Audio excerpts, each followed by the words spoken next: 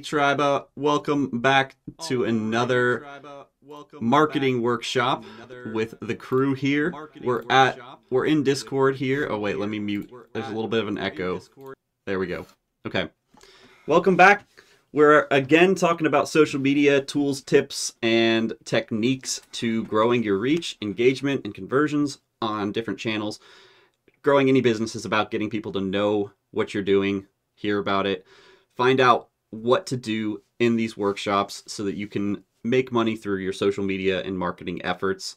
You want to see a return on that, and we're here to crowdsource the best information, tools, and techniques, like I mentioned. So we have Liam with us today. He's our social media expert in the Triba community, manages our TikTok, Instagram, YouTube, Shorts, and stuff like that. So if you're interested in getting help with that, you should reach out to him on Discord. You can get to Discord through the link discord.gg/Triba.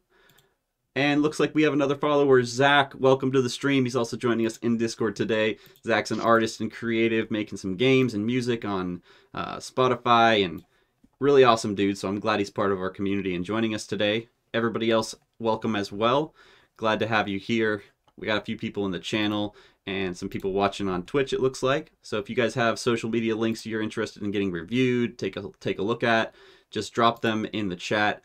We would actually recommend you join the co-working channel in Discord. It's open to anybody who has the Triba tag. You just have to click that verify link, and then you can hop in the co-working channel and ask us questions live when we do a little Q&A at the end. So without further ado, let's hop into it. First, I would like to just give you guys a little bit of inspiration for your week and share some, I guess, little, inspirational quotes that we've found for you. We collect these throughout the week, things that are encouraging or positive or resonate with our vision and mission as a community. So when you're looking for a group or when you're looking to grow your business, it's important to be around people who will help you in that endeavor. And as much as people refuse to believe it, the company you keep does have an impact and influence on your choices. Surround yourself with the people who will help you grow, people who have been successful, people who have made the right choices, and that will help you in your own endeavors to grow professionally and personally. That's why Tribe is so unique and special to me and to so many other people, because it's a place where I can surround myself with the right people. And I hope you guys also find value in it. If you do, share that in the feedback channel. We want to know the results of community, how it's impacted you. And also we want to hear from you about what you're working on. So we have channels that are specifically for posting, here's what I'm trying to accomplish, here's my Discord, my social medias, here's my website, here's what I'm all about. And we would love to jump on board and give you feedback or just participate in that vision and that mission. So that is just one positive thing to remember. If you're watching this, you're already on the right course. You're already seeking, and just go deeper. Talk to people. It's about emotional connections with other individuals. So try to meet somebody in Triba. Reach out to somebody who's introduced themselves and has similar goals or is working on similar projects. That is the best way to grow in a community, by connecting with other individuals on a personal level.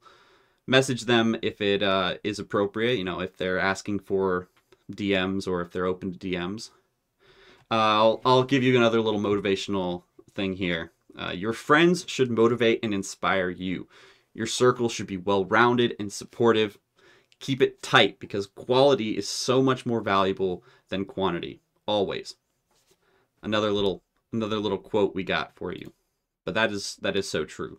Quality over quantity. It's why we've kicked 5,000 members from Triba in the last year, because we don't want a bunch of noise. We don't want a bunch of scammers, spammers, and people just talking about, their drop shipping companies. We want people who have actually run successful startups and have value to share or are looking for that information, seekers. And there's a right way and a wrong way to do that. If you're curious, go read the introduction channel for Triba. Find out a little bit more about how you should be introducing and positioning yourself. Sometimes your circle decreases in size but increases in value. And that could be a good thing, because cutting down on the noise and all the excess in your life lets you focus on what really matters and the people that matter. You start listening to the things you need to be listening to the advice you need. as opposed to just everybody's input.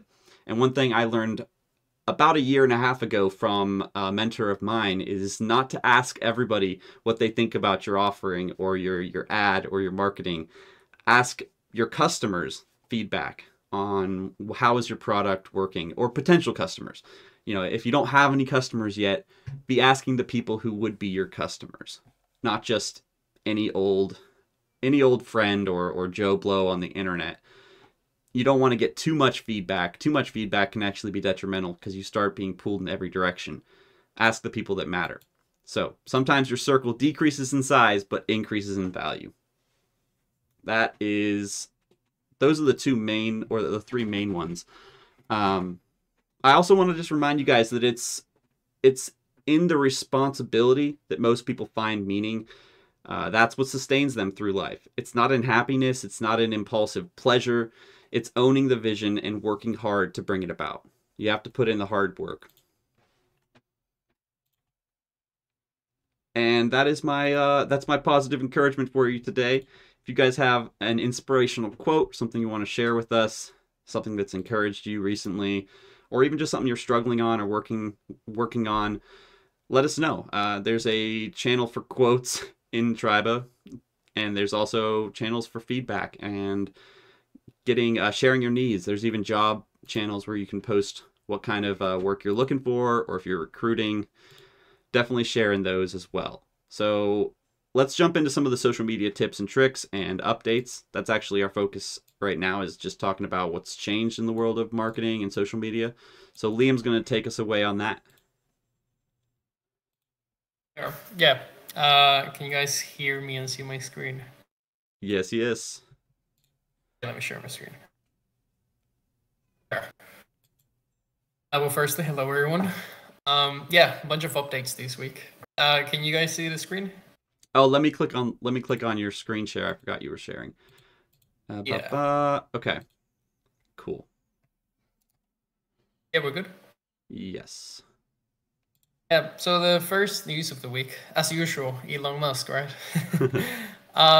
So due to all the changes that are currently being made on Twitter, Apple, we're not exactly sure how, yet Elon confirmed it here.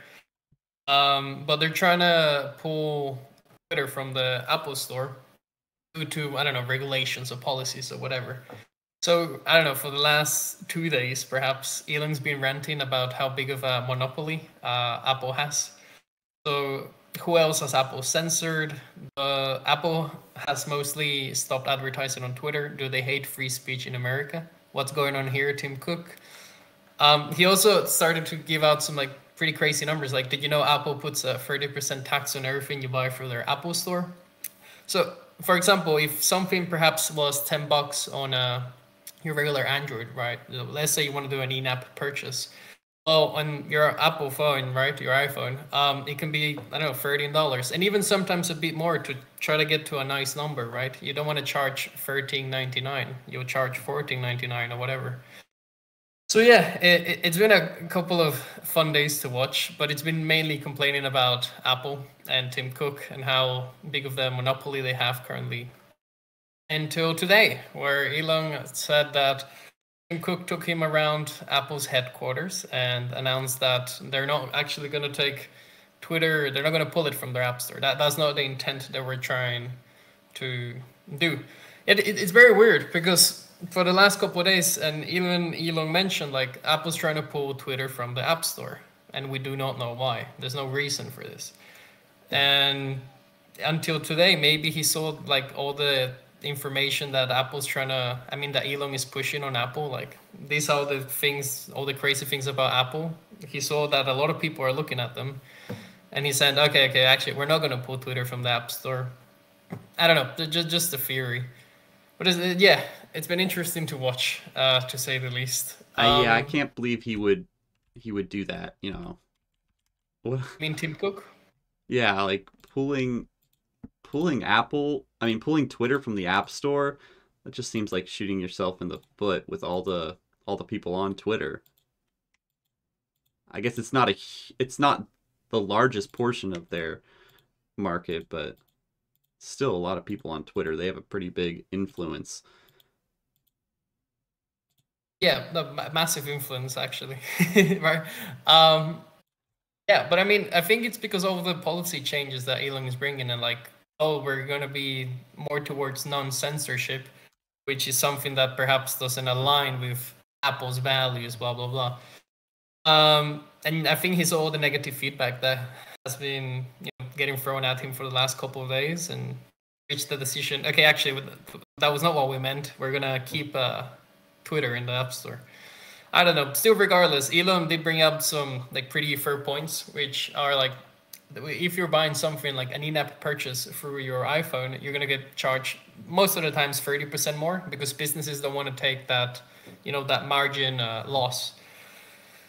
They also I think he deleted the tweets actually, which is very odd from him. But he was sharing some data on how big of a monopoly Apple currently is. I can't find them. I know there's one here, but it's not exactly referring to that. So yeah, the data is still out there, and it seems like Elon and Tim Cook have a current ceasefire. They're in peace, but still, I feel like a good amount of damage was done, and yeah, that's kind of all of it from that side. Does anyone have any ideas on why? I don't know what reason maybe Apple had to pull Twitter, or maybe why they backed out. Interested in hearing theories, conspiracies. Okay. Corporate fuckery. Yeah, I feel like that could sum it up pretty well. Game of Thrones. I mean, game of social media. The game of corporations. Yeah, not Game of Thrones, Game of Social. Yeah, maybe. And again, another cool thing about Twitter, and this will be the last Elon news for today. So Elon has been hinting for a couple of months, ever since he's been wanting to purchase Twitter, that he would like to make Twitter the everything app. Kind of like what you have in China, where you have WeChat. It's an app that allows you to do pretty much everything: chat, call, buy stuff, everything within one app. And he's for a long time been saying, I want to do this for the rest of the world, because only China uses WeChat, and not even other Asian countries like Japan use WeChat. It's only China. So he's been wanting to do this for a while, and he keeps hinting towards development toward this. So, for example, one of the latest news is that he's going to be bringing video chat, video calls, and encrypted DMs into Twitter. Didn't I call that? Potentially. There's been a lot of hints, so maybe we discussed it last week. I think I was saying they're going to integrate video and voice calls. Like, there's no way they won't go down that road, since Discord has had such a massive success with that video community.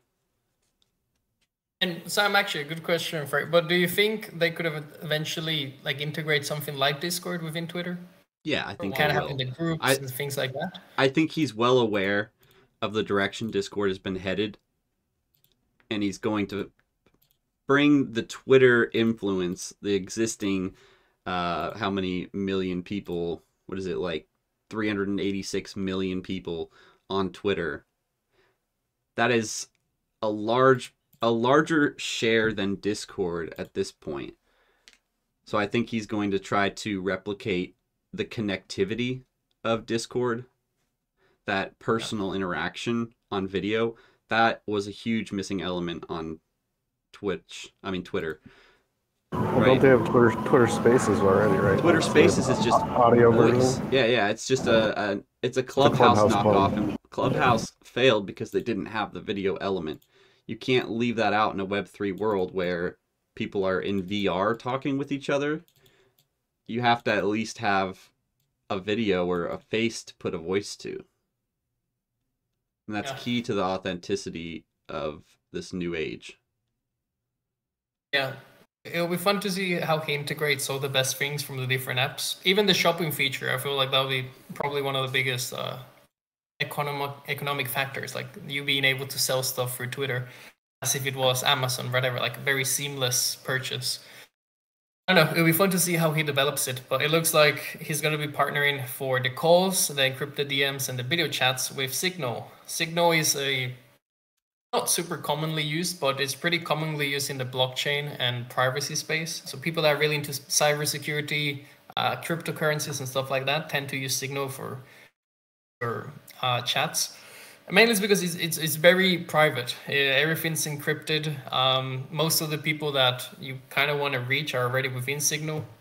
So a lot of people use it, and he'll be partnering to bring, you know, the video chats and the voice calls and everything with Signal to make everything encrypted, to make everything more secure for the user. Very, like, if someone happens to have access to your DMs or whatever, they'll just get a random code and they won't be able to read it or whatever.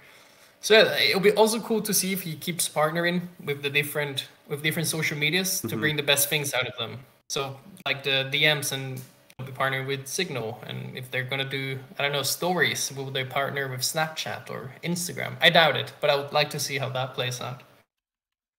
I think someone talked before, I'm not sure. Was it you, Sam? I didn't say anything. Anybody have any thoughts on the Twitter 2.0 and how it will be beneficial for business and marketing? I mean, I for one think going live on Twitter is going to change completely, right? It's not going to be just a static live stream like Twitch. It's going to be much more interactive and engaging. I really hope that they're going to add in some sort of stage feature that I feel like Discord is lacking right now, unless you have role permissions set up.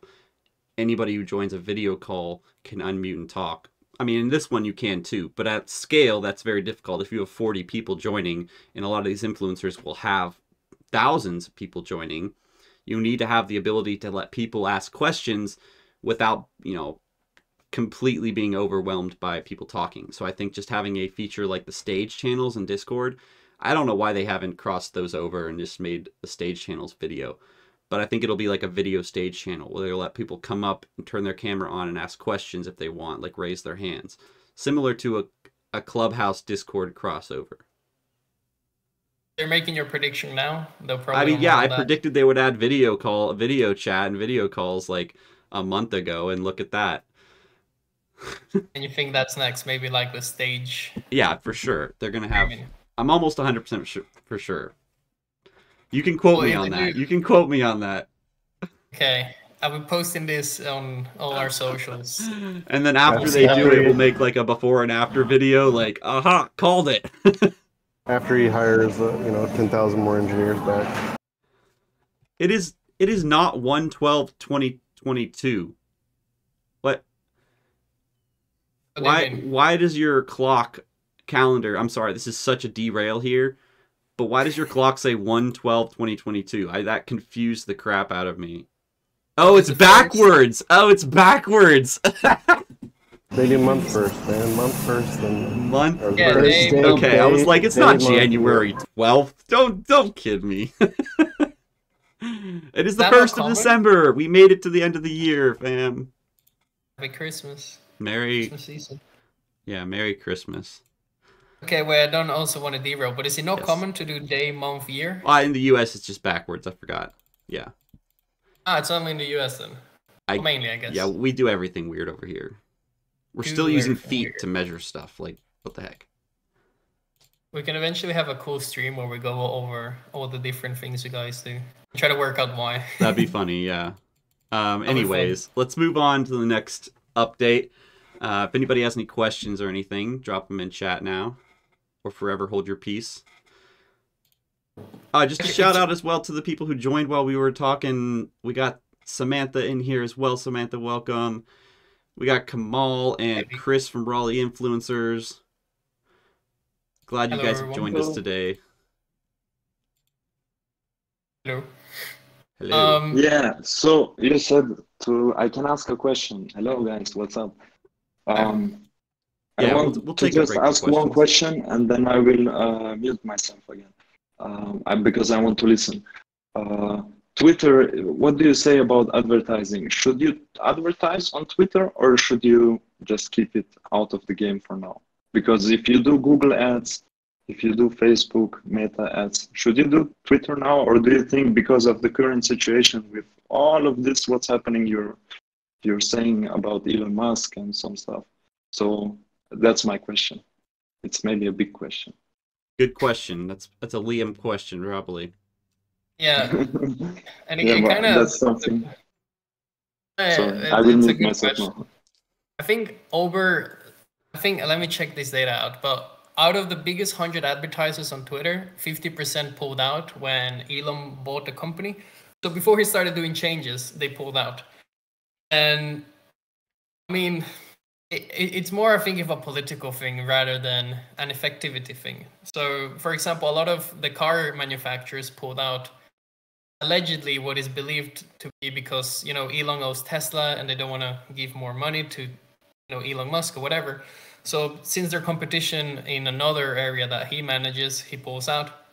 I mean, it doesn't mean the ads weren't working. I mean, the people on Twitter are still there. And actually, Twitter is as biggest as it's ever been. There's never been more users than what has currently been in the last month. So, I mean, all the people are there. It's very segmented. You can run ads pretty well. From my understanding, I've never ran Twitter ads, but I can imagine it's like Facebook ads, Google ads, TikTok ads. But I can imagine it will be pretty cheap to get clicks. It's not like Google. And yeah, what I see is the big companies pulling out more of a political type of decision rather than, oh, Twitter ads are not working for us. It's more like, oh, Elon manages the company now. Well, I don't like that, or I don't align with the values Elon has, so I'm going to pull out. So, I mean, Elon's not currently changing any of the ads type of or advertising like area, like, because that works fine. There's not much to change to that other than perhaps add more options and stuff. What he's trying to do is more on the other side, build a better platform for people where they have all these different options and whatever. And currently, I mean, that's doing well. All the people are there. It's the biggest it's ever been. It's fairly cheap. I can imagine now actually that the biggest 50 advertisers left Twitter, that ads right now are way cheaper than what they used to be. And since the app is bigger than ever, I see no reason to believe that ads are not going to work. I feel like you should give them a try if you're running ads. But if your company is big and it happens to not align with whatever Elon is doing, then you can make I guess you could call it drama or whatever, and say, oh, we're not advertising here anymore because, I don't know, X policy or whatever. But yeah, in short, I say you run ads. If you want to not advertise on Twitter because you don't like Elon, you can do it. But in the end, this is business. So I feel like you should at least give it a try. Actually, I'm probably gonna give it a try. See how those go. Yeah. But what, are you running ads or are you considering running ads on Twitter? No, I have never actually. I use Twitter for one of my businesses, but only like there have not been enough views to make it valuable. So I asked myself if I would invest into Twitter, because I never did it. That's why I also asked in the first place. It's going to help me scale the business to where I want it to go, or should I use the other channels? And I'm asking this also. I don't want to say this because it's a political. I don't want to use this as a political speech. But the Donald, you know that Twitter unbanned some certain personalities from Twitter, like Donald, and there was this young guy, Tate, and yeah, he had, like, after 1 hour of the news, he had 50 million subscribers back, and they reset his count. So there is a lot of activity going on there. 80 million people. He's on 87 million people right now. So he got all his followers back. And if that's true, what Elon said, I have no idea, that they unbanned them and reset their account, then that's a lot of, like, I'm right now doing things with a bot network, and it's hard to pull off a large number like 1,500,000. You need time, you need that bot network to work, and I don't think they're bots or something. So I don't know. I really don't know. But yeah. It's difficult. It's so difficult to explain. Like, I don't know how to ask. Maybe you answered the question very good, I have to say. Sorry, my English is bad. No, your English is great, man. It's fine. It's fine. Very good. I've heard worse. It's really bad. It is not really bad. Stop shooting yourself in the foot. That was a great question too. I appreciate you unmuting and asking it. Yeah, but I think also, I was gonna say to add, depending on what business you run, it makes sense to advertise on different platforms.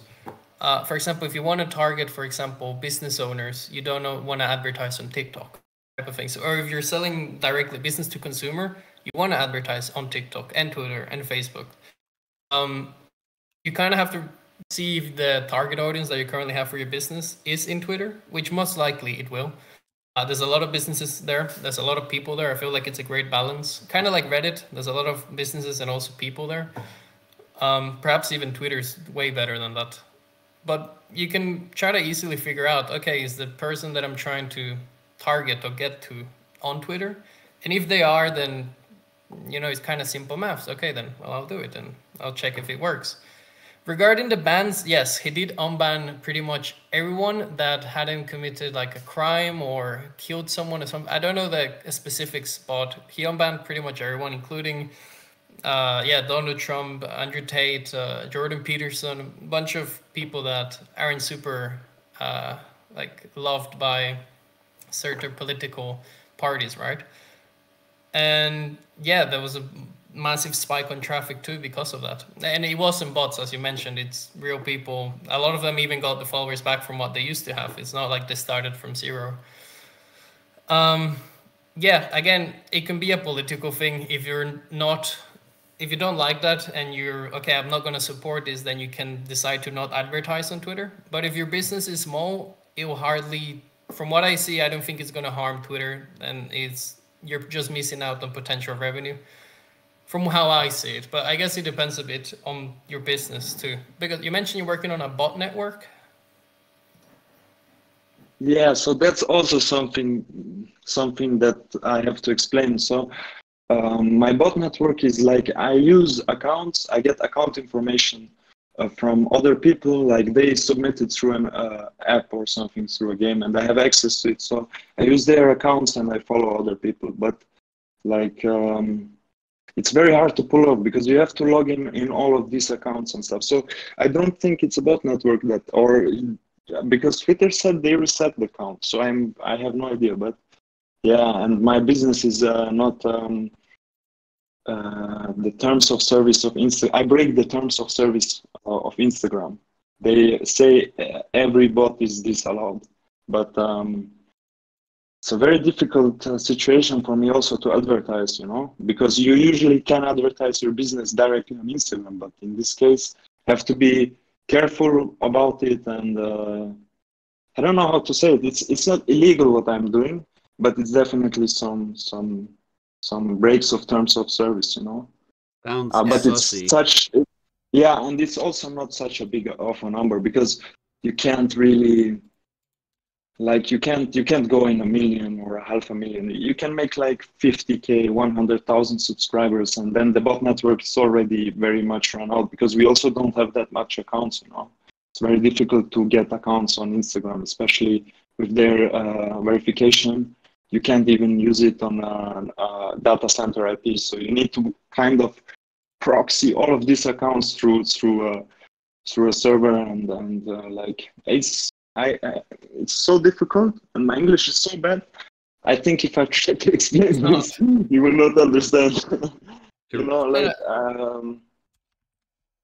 really is. It's very difficult for me to also because I'm a legal business, so I take all the problems that come with that, and I'm kind of I don't know. I want to do other stuff too, but this was a nice opportunity because it's also difficult to pull off, And it's not. I'm not, because I am very much against scamming. So any business, like a dropshipping business, where you can get somebody in legal trouble, that's something I would never do, because that's wrong coaching. I don't know how to say this. Also, I have to say this group is very, very good. Like your stuff that you're saying makes so much sense. I asked you a question, and the question was really difficult, and you answered it so good. Yeah, you're right. The only factor here is money. How much money can you invest to make a change? Obviously, with $1, you're not gonna go anywhere. But if you invest about a bigger sum, it can function. But because on the news, I'm reading a lot of news. I never watch TV. I only read, and they're all the time saying that some companies are backing out, like what you said. So it's also like, I don't have a good picture of Twitter because of the news, but it may be better because how you said. Okay, I'm sorry. I'm muting myself now. No, it's good. Actually, I'm glad you joined.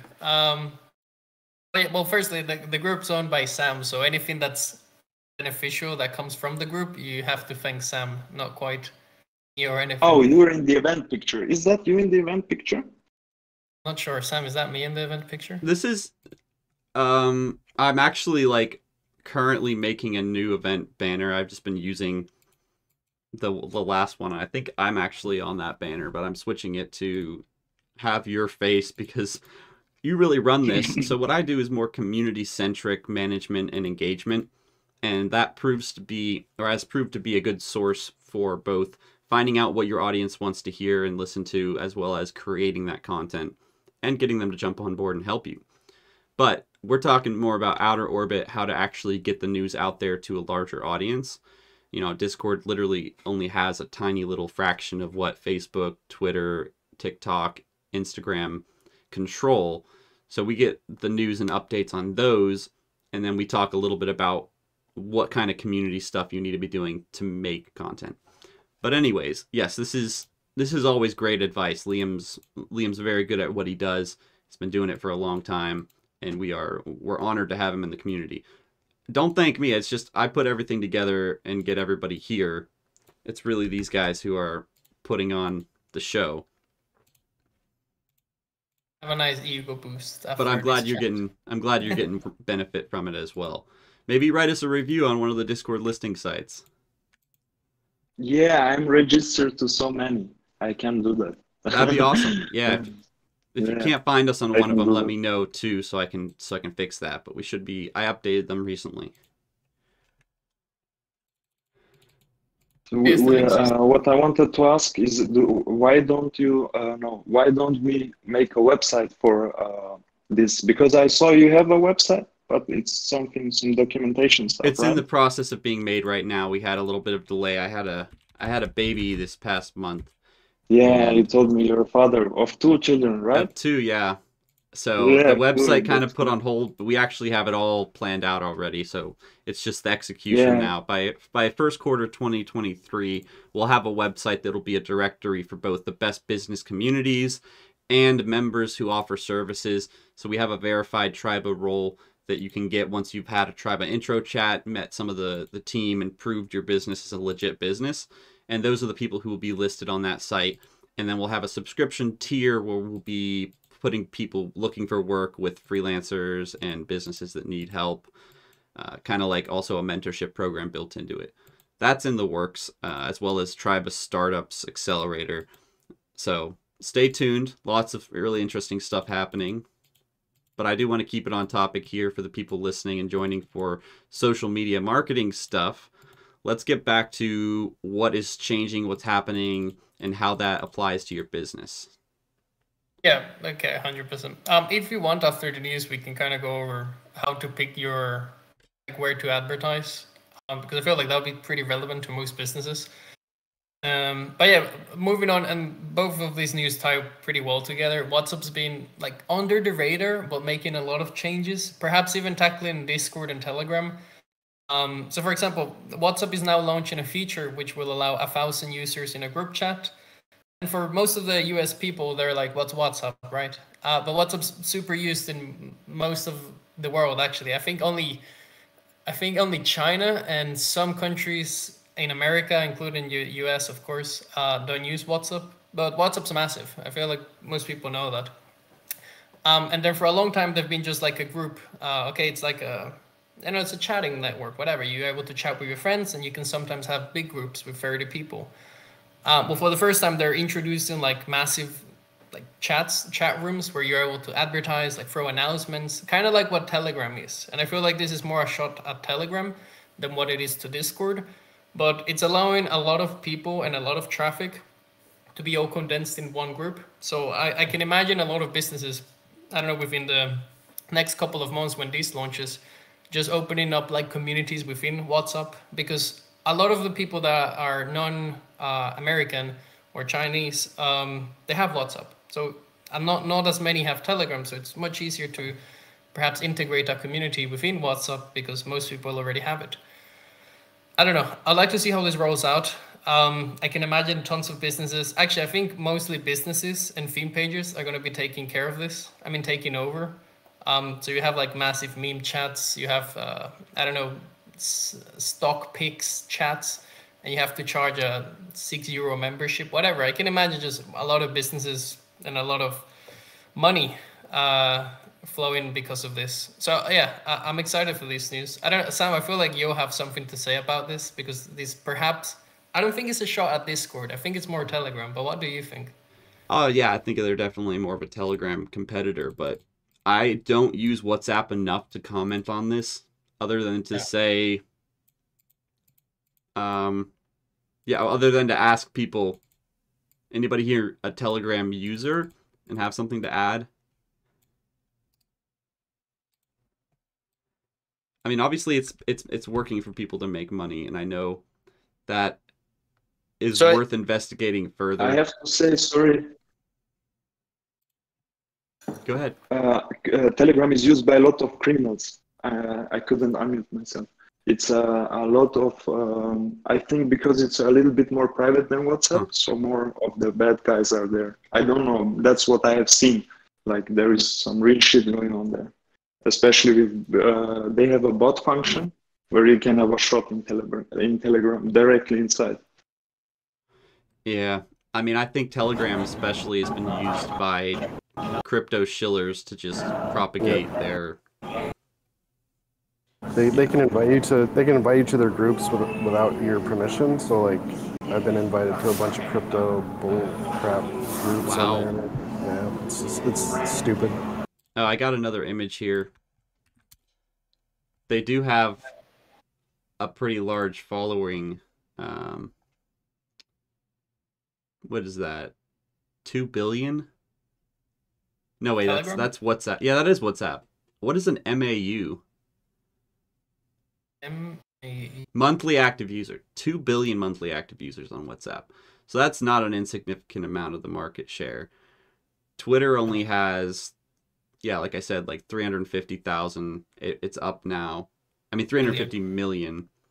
Yeah.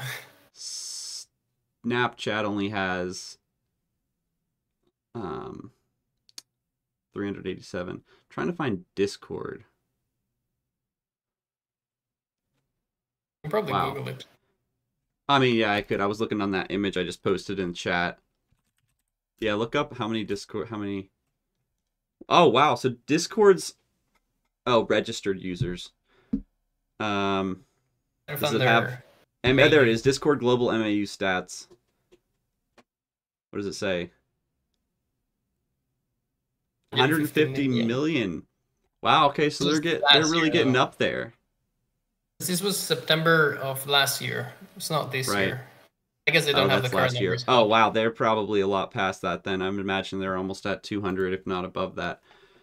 Yeah. If anyone can find more updated stats on that, post it in the chat. But that's interesting because they're not mentioned on a lot of these social media overviews that I'm looking at on Google. I'm just searching through like statistics by size and stuff, and they're left out of a lot of these most popular social media platforms.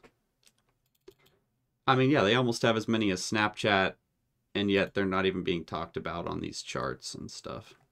And I think that's a mistake. I think Discord should be considered if you're using any sort of marketing to connect with your audience. You're trying to tap into the niche audiences. It's a great avenue for that. There's so many topical kind of theme pages, but they're themed communities, you know. Sorry, I'm a little distracted by the stats. But yes, WhatsApp, I think we'll maybe touch on this a little bit more if things develop and we get some results from it.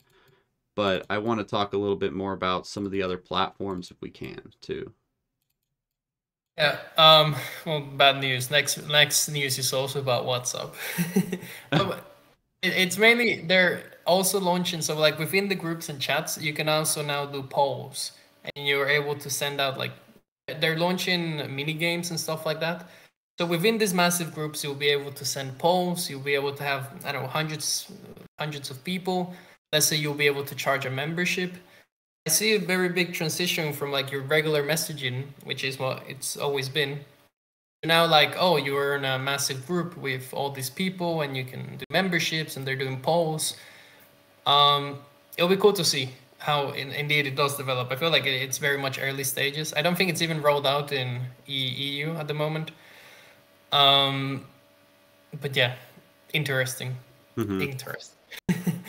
That's kind of all the news for today, but we can kind of talk also. I don't know, do you guys use Spotify to listen to music? I do. Yes, let's talk about Spotify. Not really a marketing platform, but I love Spotify. Spotify Wrapped? Wait, Spotify what? Like, actually, this since it's not social media, or at least not super social, there's not much to talk about. But I wanted to just praise them for how brilliant, your Spotify Wrapped is. Do you know what Spotify Wrapped is? No.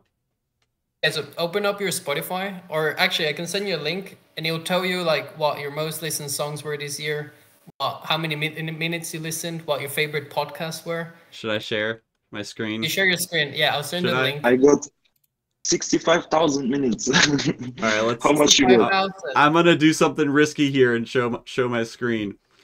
Okay, well, I'm sending you the link. 65,000 minutes is crazy. Oh, it's not on my Spotify? You gotta link it. I'll send you the... Actually, no, yeah, you can see it up there. You see that little yellow box? Back? Like your homepage? Home? Oh! There you go. Oh, you gotta download it. Oh, I have to install it. I think I checked it out from my... Let me send you the link just to double check. Don't look at my password. Just kidding, it's hidden. It's a trick for you to download the mobile. This is ridiculous. Yeah. Oh, it's just a trick. I don't have to. I checked online. Yeah, you have to do it from your mobile phone. Oh, you do? It's their marketing ploy to get you to download it on their mobile. Really? Oh, wait, I can see my top songs right here. But it's cool because it gives you like stories. So like you're viewing everything you did this year. Like some of the upcoming artists, some like favorite podcasts, how many minutes you saw, what type of personality you have. I have a Nomad, but I don't know why it's calling me like that. Nomad, why did they call you Nomad? They change a lot for music, or? Yeah, I listen to so much. Like Spotify told me, like, you're so diverse. Like they give me the name Nomad because I hear rock and roll, I hear rap, I hear everything. It doesn't know what I do. It can't tell me. Yeah. What do you have? Got the early adopter. So like new music or trends, I'm usually on top of them. Which, I mean, I'm a social media manager. Yeah, I should have guessed that because you have to everything in answer. You knew that immediately. It matches pretty well. 65,000 minutes is crazy. That's a lot. I only got 17. It's 40 days. Really? 40 days. God. Yeah, wow. I calculated it. Because I wanted to know if I'm normal or if it's I use too much music. And I have to say, Spotify is kind of addicting. If I don't have Spotify, it's very hard for me to, because I like to listen to music. When I have to do like work in the restaurant, for example, I have to be different than on the PC. So it's very sad without music. Yeah, I can't tell you that. Okay, I can imagine. But I love that they do this every year because not only does it bring a bunch of traffic to the like within the app, but it also like people are sharing their like what they got on their Instagram or their Twitter, like, oh, I got this many minutes, or this was my favorite artist, and then your artist is going to repost that. It seems like something very simple you can do with data you gather from throughout the year, like super creative, and it brings so much attention and traffic to them. It's amazing. They nailed it. I love it. Yeah, it's a very good. Because reposting in social media is the best you can do. It's fresh data, fresh. You're posting, hey, my favorite artist, this.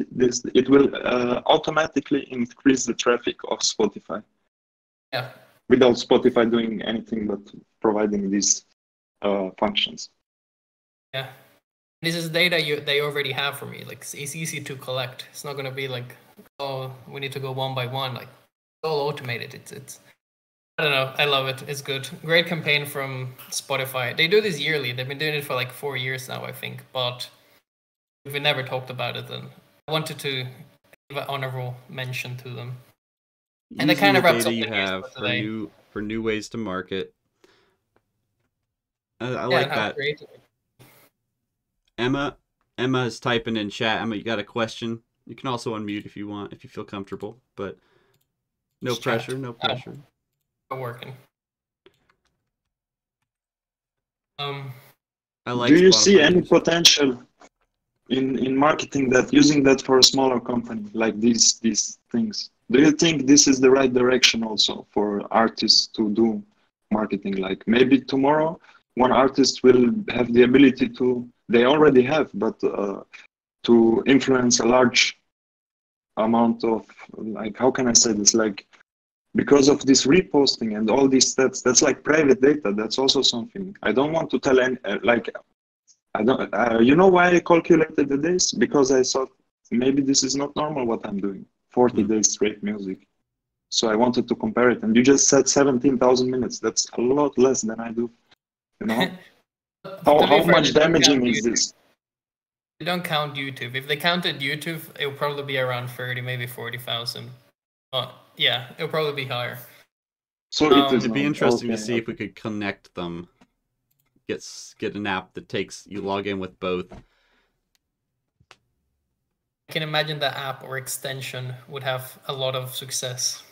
It's kind of turned into something else, but developing. What do you guys think about Spotify versus SoundCloud or YouTube Music? I use iTunes. Oh no! Uninstall. I want the banned. Banned. Amazon Music user. Oh my god. No, it's okay. It's okay. We'll give you a break. Actually, I think I use Amazon Music for Alexa. Amazon Music. Interesting. Oh, it's Emma saying in the chat. Yes, Samantha also uses Spotify. I mean B. I've used Spotify since they added in like way back when it was just like shuffle playlists. I don't even know if they had a premium account at that point, but you would just make your playlist from songs you liked, and then it would shuffle through them. And I don't know why, but I liked that better than YouTube playlists. Well, I know why, because it wasn't video. And at that time, I could use it for streaming. They didn't DMC like they do now. So I would just have shuffle playlists with all my favorite songs. It was genius. And then they added in the ability to select songs, play them individually, take out ads, and it was just like everything I needed. I had access to every song instantaneously for $6. And I was like, that makes total sense. Like, I'm definitely I'm growing in the camp of the less you use Apple or Google, the better, because they already dominate so much. So Google owns YouTube, right? Yep. Yeah. So I really don't want to do. I don't do YouTube Prime. I don't do YouTube TV. I don't do Google Music. I do use Google for like all my calendar and storage, online storage though. I'd like to move away from that, but it's so simple. It's so easy. I watch a lot of YouTube, Spotify for random playlists, Pandora for specific artists. Yeah, I mean, I use SoundCloud for indie artists as well. But then they get on Spotify pretty easily. Like Zach probably has some stats. Zach, going along the line of data collection and looking at what you have, what has been the results from putting your stuff on YouTube, SoundCloud, and Spotify? Hold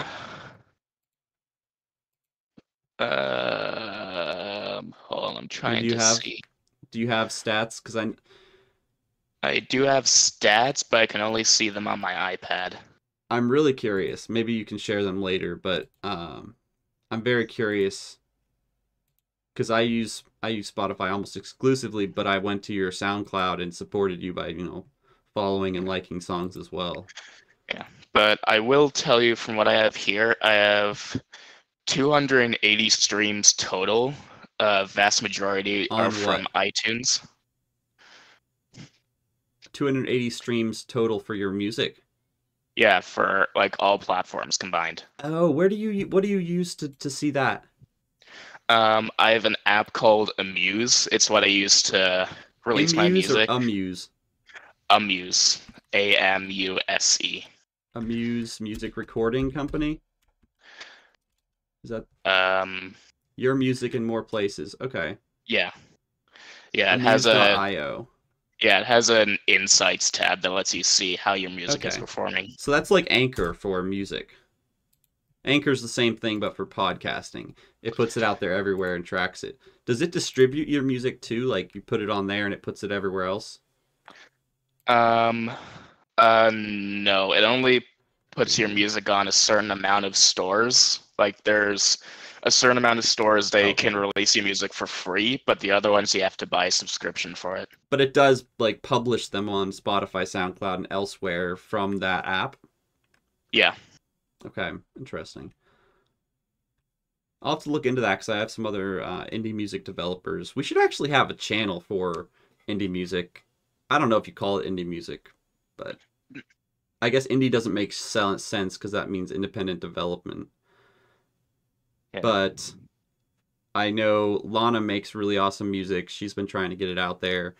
And then one of my good friends from high school makes pretty awesome music. You guys should all like get together. We could have like a specific group around music.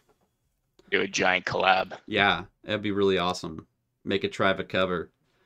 What do y'all think of the AI arts? Oh, that's a really good question.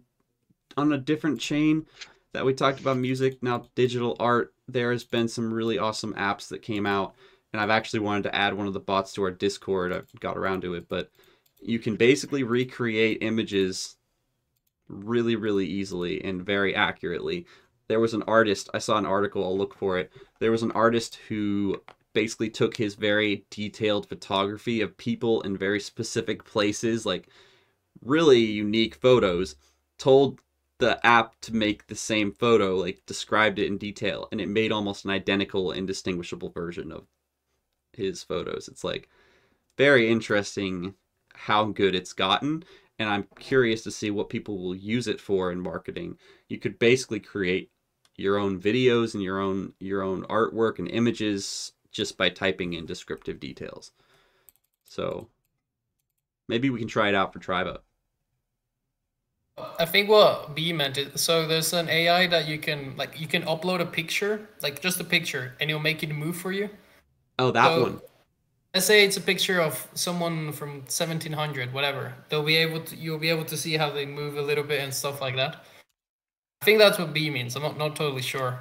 One is interesting too. Okay, then I'm not sure which one I'm talking about.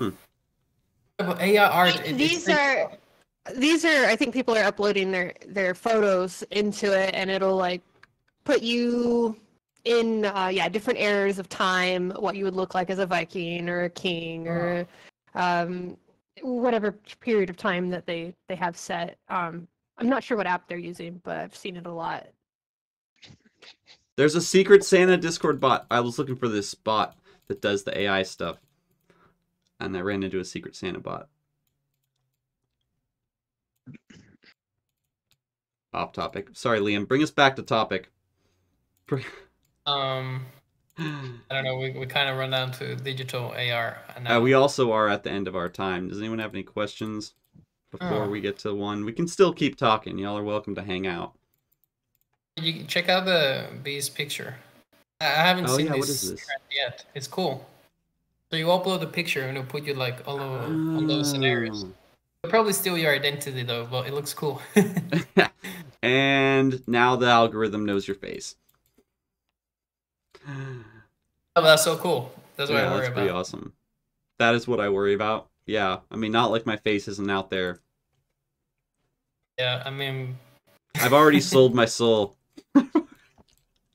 At this point, I'm too deep to go back.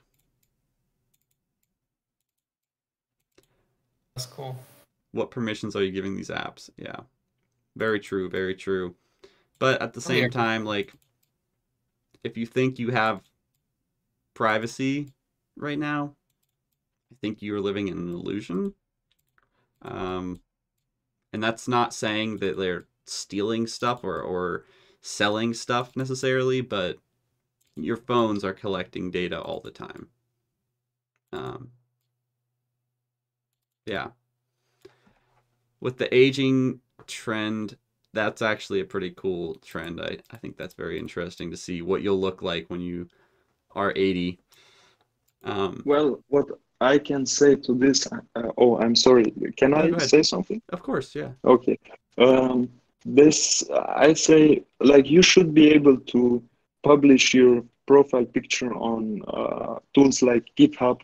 Okay, maybe it's also very difficult because they automatically put you into SEO, but you should be able to give out private data. Like, there is certain types of human beings who document themselves, but I don't think we're doing this because it requires a vast amount of time to be something like an influencer. Like that's for me, that's something like a documentation because they post a lot of their day, and you could maybe in the future you could pull out data from all of that, but you should be able, there should be a good privacy understanding. For like the European Union is a pain in the ass, but some of their stuff is good for the people because you protect the privacy. You should protect the privacy. Like what you said with the phone, I am 100% sure Google knows our sex. And that's something you should only allow to tell somebody. You shouldn't give consent into something like that automatically. But yeah, like that's my view on it. Maybe it's not a good view or it's wrong because some of the ideas are wrongly interpreted, but I think we should be faced with good privacy laws so we can protect ourselves, because you never know what's going to happen to the data. In the UK, they just put down a law to enforce on people using deep AI or deep fakes. Like they put your face, if they have enough data in a certain quality, they can put you on any other scene. And it's not so good to be able, you wouldn't want that to happen to you, because it would be a very crazy scenario. What do you want to do against it? To who do you go first? Do you know that? And on the subject of privacy, one thing Apple does that's a bit deceptive with their marketing is they really sell themselves as, oh, we're very privacy oriented and they work to protect you. But if you run a Wireshark packet capture on your iPhone, it's talking to the Apple mothership basically nonstop about where you are, all the metadata of your apps, what you're clicking, your screen time, all that is going back to Apple. So this idea that it's private is a bit of an illusion. They get away with it by saying that they don't give their data to third parties, which whoop they do. But at the end of the day, they still give it to you. And on your note about privacy laws, at the end of the day, privacy laws are it's security theater. It makes new up-and-coming companies have a whole lot more red tape that they have to go through. It doesn't actually do anything because at the end of the day, the number one threat is the government, not the corporations. The corporations aren't great. And if you notice that there aren't many laws being passed that limit the ability of certain three-letter agencies to, spy on its citizens or do the thing where they, like I think Britain and the U.S. have an agreement where the British intelligence spies on the U.S. people, and then the U.S. intelligence spies on the British people, and they just swap data. There's nothing that protects us from that, and that to me that's the important part.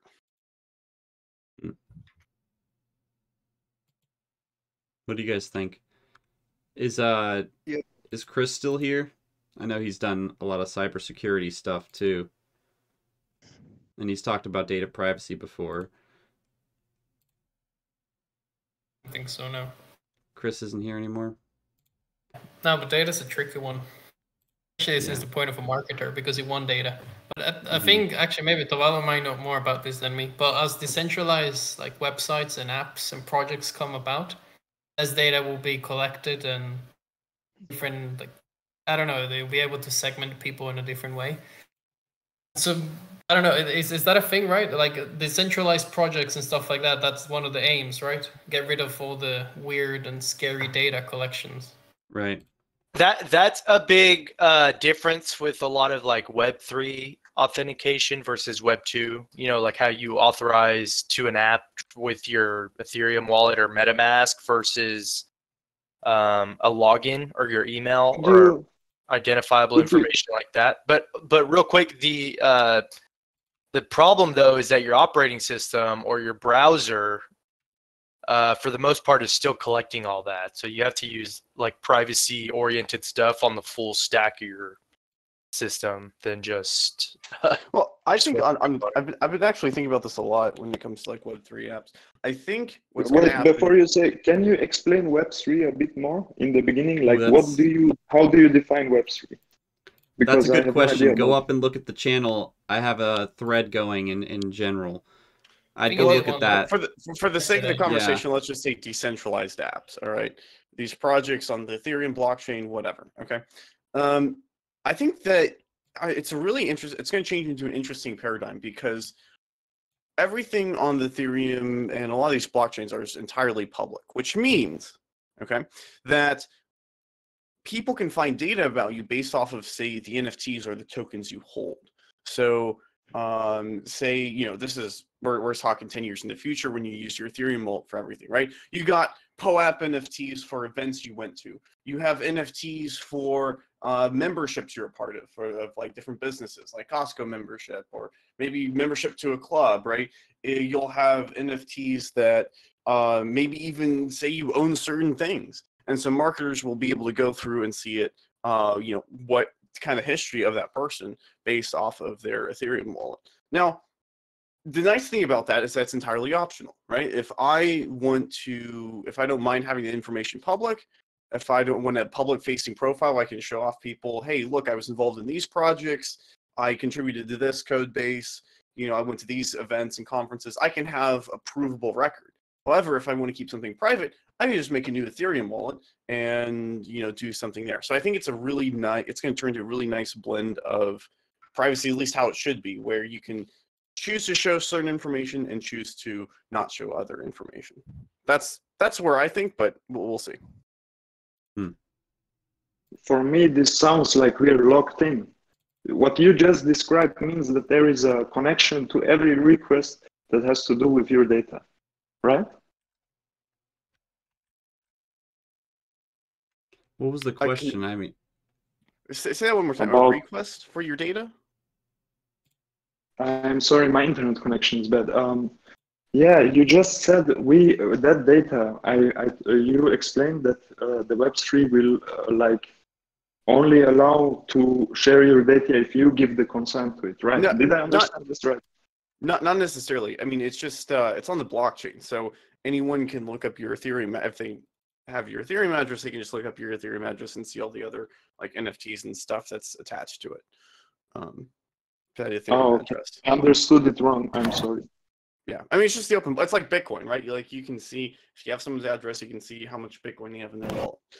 Basically, it's like receipts, and it can be a receipt of everything you've done and everything you have or own, or all your full identity contained to that wallet.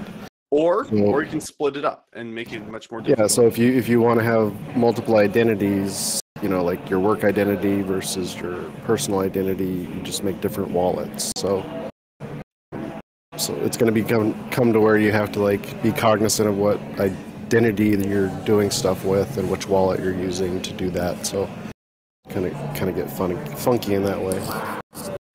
That means it's all public, right? Yes. And everybody can access it, look at it. Yes. But here's what makes it pseudo-anonymous. There's nothing that tells that unless you make a goof, there's nothing that ties your identity to your wallet address. So it's not like they have the Kamal wallet address. They can type in Kamal and they can see your address. It's more of you know, here's this random string of letters and numbers, and you know, who has X amount of activity. Yeah, for the most part, though, it's actually pretty easy to attribute a wallet to a identity with a lot of the exchanges people use, like Coinbase or Kraken or whatever. But the big thing that's happening with on-chain analytics, it's going beyond just the transactions, and it's like on-chain communications, and like how relationships and on the block. So like from the blockchain's point of view, Ethereum is just transactions, right? It's like, okay, 0x address to this other 0x address, sending this amount of value or smart contract, whatever. But it's evolving to this sense of like there's more DAO-oriented smart contract code, and there's more like communications that are signed with your wallet. So even like on-chain analytics, it's going to evolve past just transactions, and it'll go to communications, your relationships, and so just think of it even more than transactions. A lot of those social elements will be a part of more advanced on-chain analytics in the future. Yeah. For me, this sounds like our don't post anything if you don't want it online because it's all public, right? I mean, especially with Ethereum, yeah. But do you think that's good for privacy? Yeah, because it's optional. You can. Well, it is. If you look at my profile picture, you will see Louis, a dog. Yes, I can choose what I want to post and what I want to see. But maybe I also don't want to see Louis on the internet. Maybe it's just for you. And that's not possible with the system you explained. That means a lock-in. It means everything is tracked. So there's a number of there's this growing concept. It's called the network states. It was coined by Balaji Srinivasan. But there's this element of a network state, which is your identity that you choose to attribute on the networks or communities you engage in. So one could be fully doxed, like here with Triba, we like to tell people who we are personally in a human sense. I guess our government-born family names. And then there's pseudonym communities where you just kind of like, you don't need to know who the human exactly is. And then there's also just fully anonymous, which is you don't even have a login or anything. And anytime you interact, it's just like a temporary username and just goes away the second your session is ended. So there's like 3 different types that will likely be built out. And really, it's just about having the consciousness of how these tools work so that you can protect yourself. And especially from like a human rights or activist point of view, this is where it really matters. So and like adding on to that, it is the responsibility of us as individuals to keep our information private as much as possible, not the duty of the government to protect us from the companies, because the government will always fail. And yeah, we'll just make our lives harder.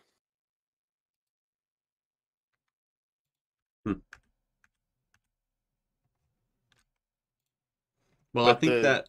Yeah, go ahead. I think, to be honest, we need a very good rule about how the internet should function. Because if the information starts to be publicly available, then let me, for example, tell you this. There is an AI which you can scan a picture. It can identify if the picture is a nude picture, if somebody is naked on the picture, because it was trained on material like that on a lot of naked pictures.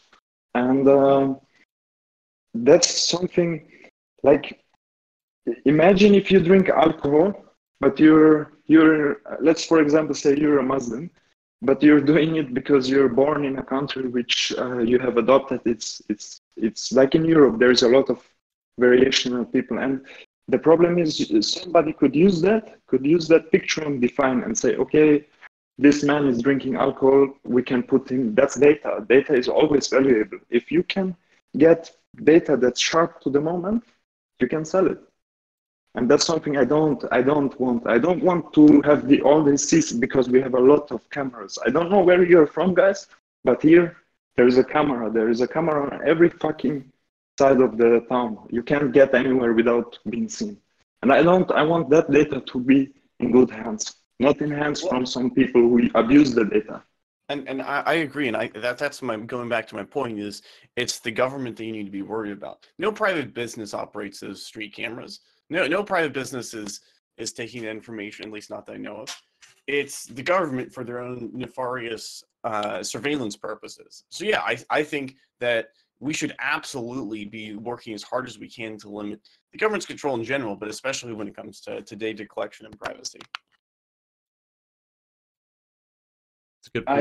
I am unaware of the situation you have with your government, but I can tell you a story out of my personal life. So a few years ago, when I didn't pay my electricity bill, the guys came and they turned it off. You don't pay, you don't get electricity. And I called, I called them and I told them, what do I need to do to unlock it? And the guy said, pay the last 3 months. And I was broke. I didn't have money. So I looked online, what can I do if I don't have electricity? And there was a government rule that saved my ass because I would have you can't live without electricity. Your fridge, everything will get broken. And I have to say, I don't know how you view your government, but here in Austria, they are good. They are not bad. And we need them. You need the police. Trust me. There is people out there that are dangerous, really dangerous. Yeah. You know, and we need somebody to take care of this shit.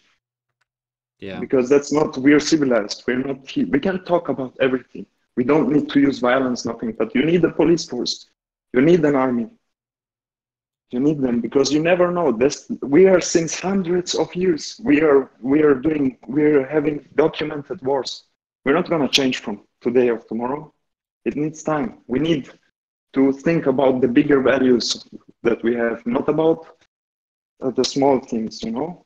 And the government may be sometimes a pain in the ass, but overall it provides our safety and the ability to have a good life, not a dangerous one, a good life. I am muting myself again.